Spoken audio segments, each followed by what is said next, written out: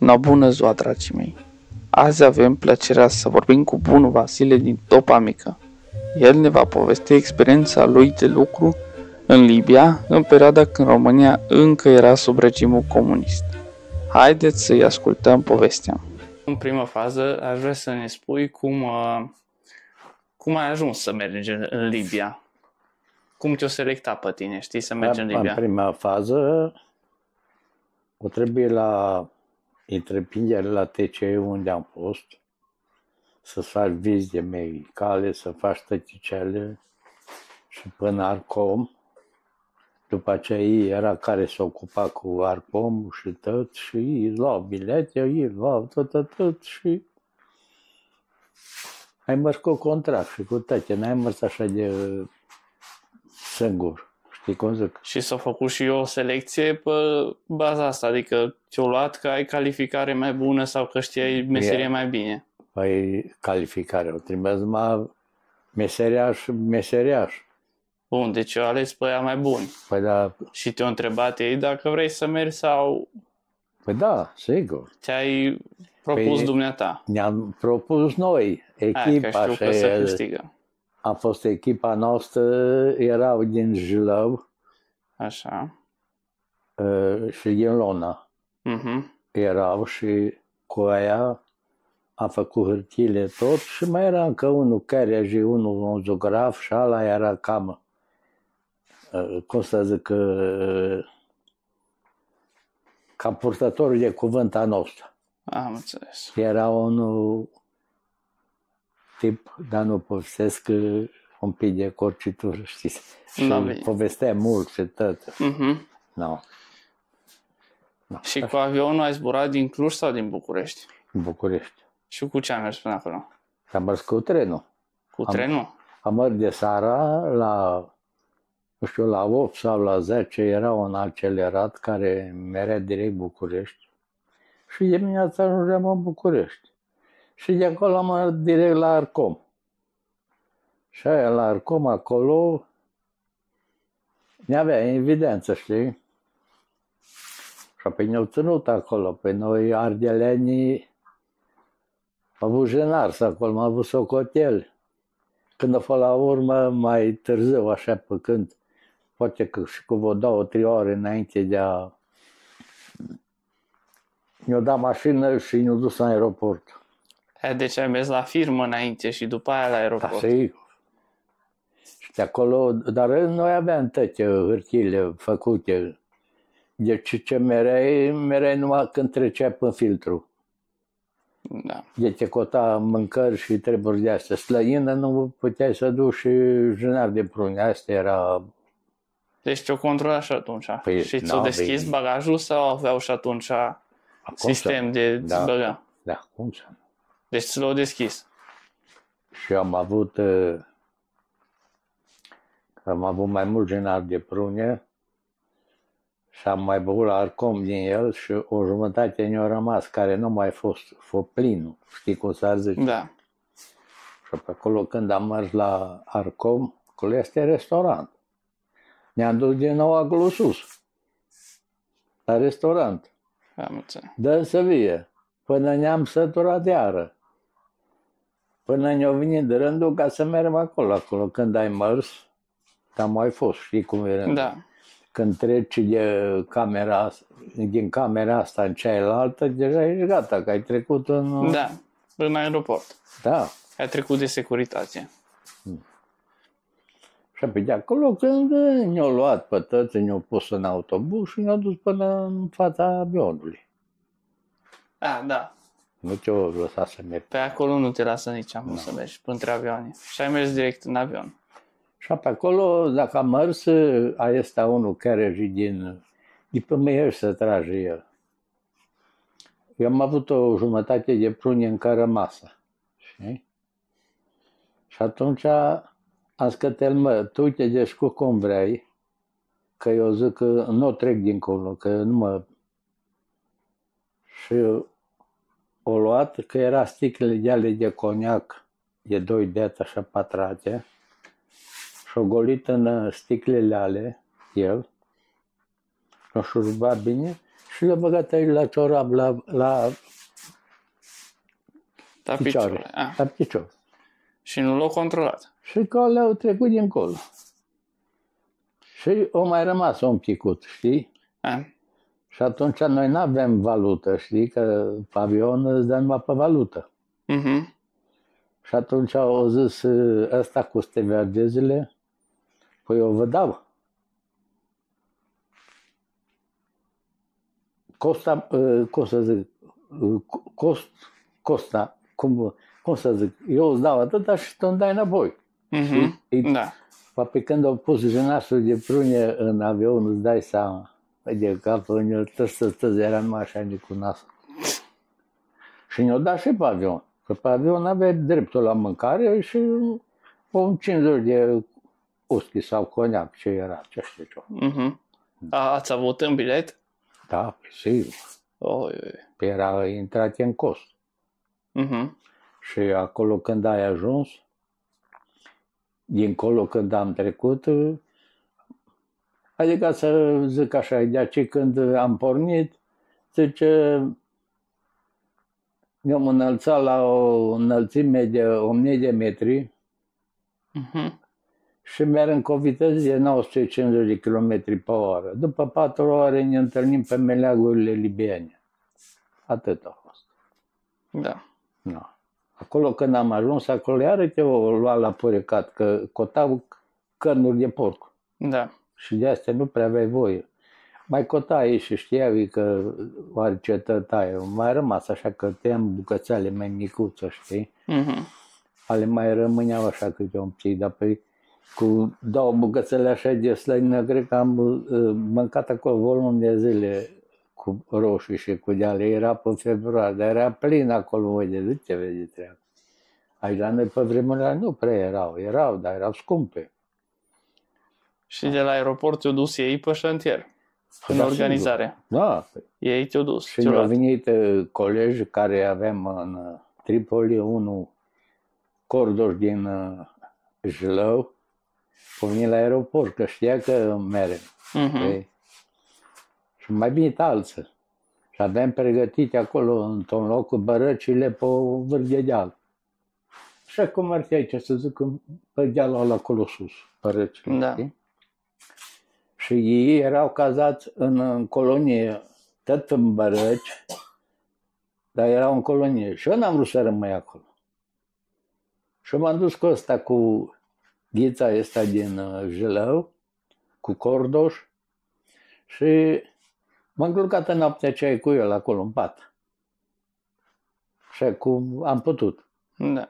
Și pe dimineața, că erau paturi așa nepuse și pe aici, că eram o 10 în dormitorul ăla, în baraca aceea, știi?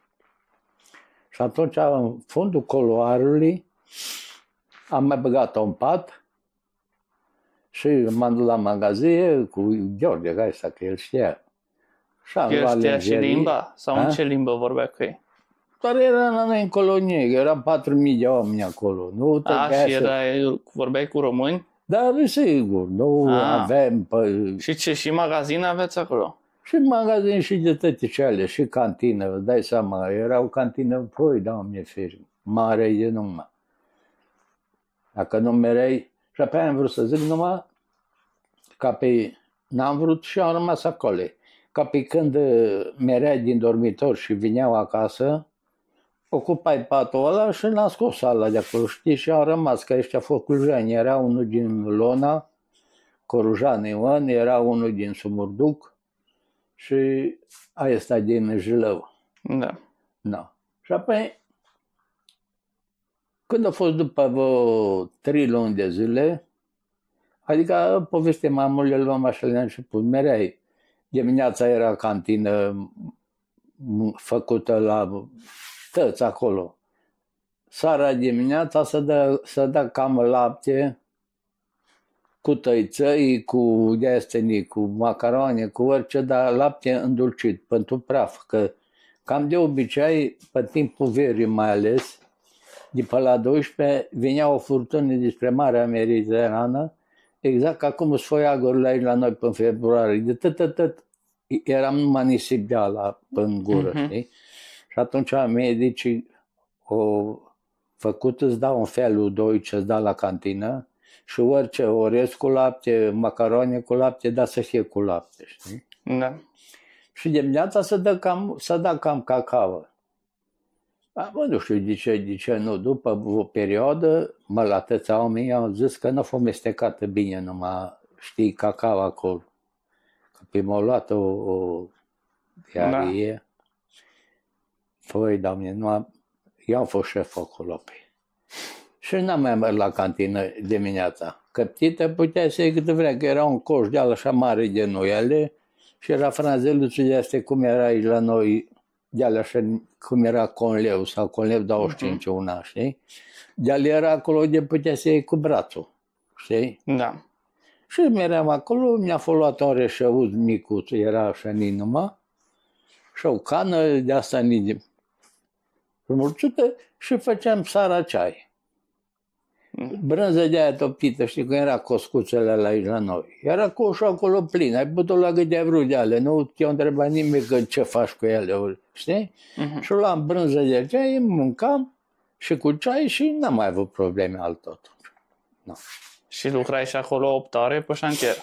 Sau cât? Sau mai mult? Nu lucram mai mult. Eram de la 8 dimineața până pe la 11. La 11 mereai la cantină, că era cantină acolo. Dar totdeauna ne grăbeam ori să fii primii, ori să nu mergi să fii ultimul. Dacă mai aveam ceva de lucru, să zic, de curățit, că eu puneam, numai faianța am pus acolo. Da. Se punea cum s-a pus cu moltar înainte, nu așa că cu maglava de asta. Nu că zic că nu mă laud eu că a fost specialist, dar am fost. Am avut din săvădiți la zădar de ăștia și s-au dat că sunt faianțare. Și i-am ținut cu noi 2-3 zile o săptămână și o zi, niște copii așa tineri, ca tine erau. No. Și așa că ceream, vinea dirigintele de șantier, în fiecare zi cam pe la 10, vinea cu translatorul și cu meșterul de șantier. Și îți intra să zgheaci în camera asta, că făceam, eu eram cam singur, unul dincolo, știi. Noi totdeauna aveam cam o casă a scării cu blocuri, știi, că trebuia să faci așa ca un raport în fiecare lună. Da. Că ce s-a întâmplat? Românii noștri au fost totdeauna de ăștia bolunzi. În loc să lucre, să juca fotbal pe blocuri sus. Și atunci au zis, nu, dacă voi faceți de astea, vă punem un pic de normă. Și atunci au pus normă și la zidar și la tăți.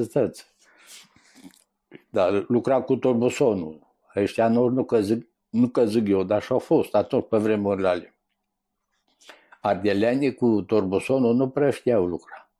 Dar turboson ce era? Cu furtunul să te încuiești pe perete. Ok, cu pompă, practic. Deci Pompa. automatizat. Da. Nu și cu mâna. Era zidurile tătătă din bolțari, de ciment, nu era din PCA.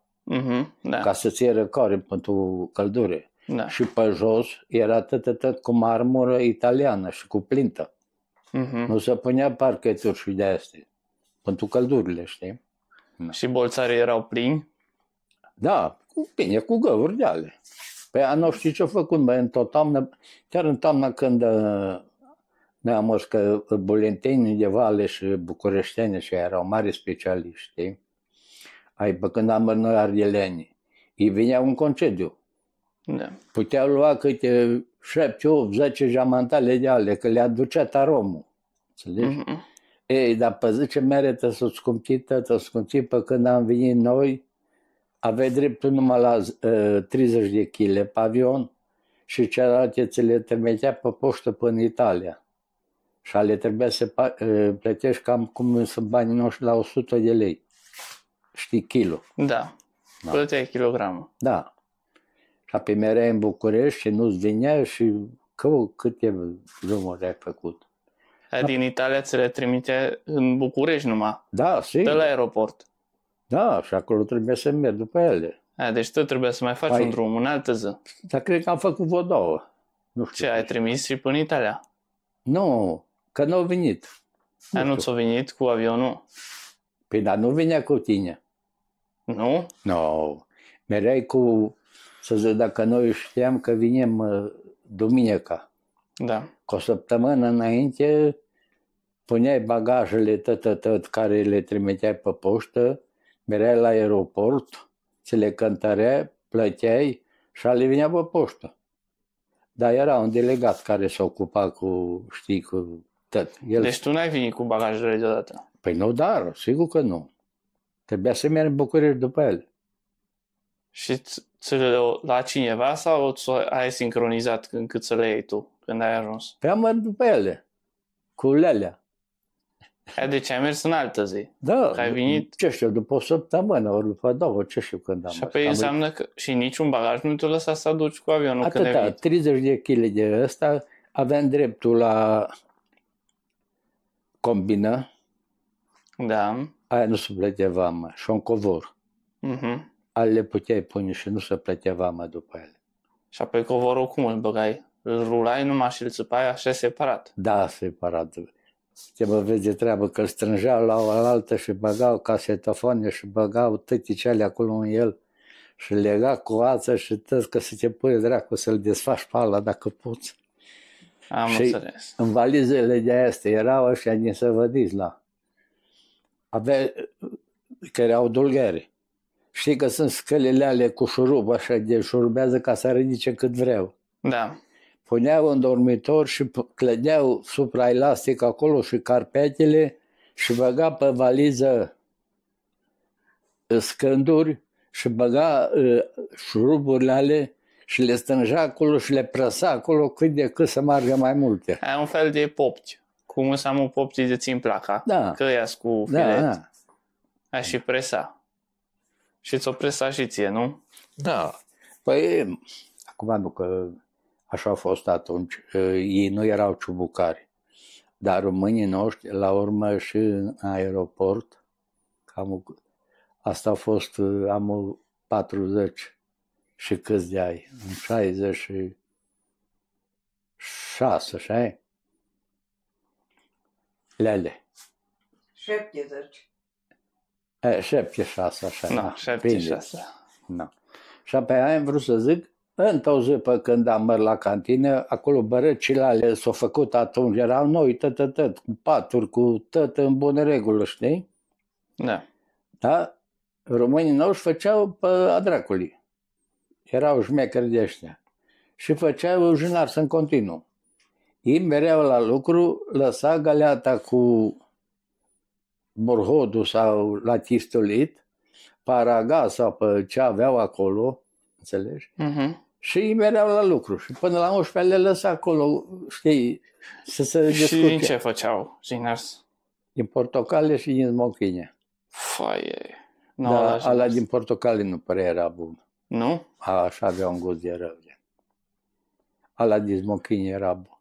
Și făceau și vin, o rând. Vin din ce? Din struguri? Din struguri. Băga câte 60 de kg de un butoi ăla de 60 și puneau acolo pe blocuri care știau că nu se lucră pe spațiu, tu pustite acolo și lăsa la fermentată o săptămână și după aia dai pe el. Și pe de unde și-a făcut rost și de darmiciane și de tot să țină? Da, nu era în Tripoli, că dar n-am fost chiar în Tripoli. Mhm. Erau ce vrei să cumpăr pe vremurile alea și scule exact cum Samoa aici la noi în țară, așa erau la ei, mistrii, tot ce exista, scule. Ca cum sunt am aici, Da. că cu Ceaușescu nu găseai. Și numai la blocuri ai lucrat acolo? Sau și la case? Nu, unde am fost noi, era o colonie, cum se zice, erau 2000 de apartamente și acolo s-a făcut și un spital și școală și tot acolo. Erau care lucrau și în provincie, cum să zic, din Cluj, mereu în Deș sau în Gherla sau pe acolo, știi? Mhm. Dar noi n-am, numai acolo. Deci numai la blocuri. Păi dar eram 5 echipe de făințari. 2 eram de acei de la Cluj. Dar atât, știi, colegi cu care am fost lucrat. Mai Da. nu eram toți la oaltă. Și apoi am vrut să, când am mers odată la cantină, pe la 11, din să știi tu un șantier, cum e aici pe la noi, știi, toate groptele astea, tu lucri acolo deoparte. Nu știam ce s-a întâmplat. Pe când am mers, 2 bărâși de ale unde trebuia să mă cazeze, dar după vreo 3 sau 4 luni de zile, o la foc și amândouă și tot ce au avut de oameni acolo, că știi cum era de acolo. Când îl luai bani, nu-i țineai bani ca să... Și era poliță făcută așa cum e pe dulap, așa în rotă pe acolo și fiecare în dreptul lui la pat, acolo valiză, covoră, și tot ți le puneai pe acolo. Aur, ce au fost? Și ăștia au rămas vieții după 5-6 luni de zile fără nimic. Dai seama. Și atunci nu țineai bani, îți cumpărai obiecte? Păi dormeai în, cum să am depozitele aici. Nu luai de la bazarurile astea, că e odată mâna întâie, știi că e din depozitul mare. Vorbesc șace în Cluj, unde e depozitul mare. Odată ala îl manevrează până aici. Ăsta mai e, de ce îl duce dincolo. Dar noi meream direct acolo în centru, vinerea. Și lua câte un sul fiecare în spate de supraelastic și era în metru de la japonez. Și ei atunci ți-l calcula că e la 20 de metri, știi, sulul. Da. Dar tăte erau mai mult. Și vineai în șantier, așa că acum aia și pe acolo la bărăci și prindeai și desfăcea sulul. Dar cât suntem la el? 3, 4. Și îl împărțai în 4 și cu foarte ca hup și fiecare se descurca cu al lui. Știi? Am înțeles. Atunci așa era. Da. Și aurul de unde luai? Aurul era tot cam aici ca la noi, prăvălit până lumea cu aur. Era de 24 de carate, dar de oriunde îl luai, îți dau un fel de factură. Da. Și aveai dreptul să zic așa cum am avut și eu, n-am avut așa mult. În el, pentru cercei, pentru seniorita, pentru fată, pentru știi, aia este, dar nu să te bazezi pe nu știu cât, dar să le declari și cu hârtie. Nu că îi mere, că doar te băgai până cameră și te găsea că, știi? Da, îți vinea în control în camera? Păi nu, dar treceai prin cameră la control, când treceai la aeroport. Da. Da, că e jmecheritul. Că... Păi am avut unul de aici din Cluj și o jmecherit. Și cum era bani atunci, au avut un lățășor și un dulce, știu că cam de 100 de mii cum era bani atunci. Dar le-o lua și o zic că merg înapoi, le dă înapoi. Și toată hârtie și tot, apoi nu mai mers altul. O rămas de pag. Nu, e bine. Așa că, nu. Și nu ziceai că când te-ai întors ți-o desfăcut ceva bagaj? Păi ale era la aeroport, sigur. Dar nu ziceai că după ce ți l-au presat, ți l-ai desfăcut? Ți l-au desfăcut ăla ce l-ai adus cu avionul sau ăla cu ce le-ai trimis cu poșta? Păi ale pe poștă... Le mai controla? Da, păi cum? Și era așa un fel de grănișari, cum mășari la noi, știi? Și numai că acolo nu erau ciubucare.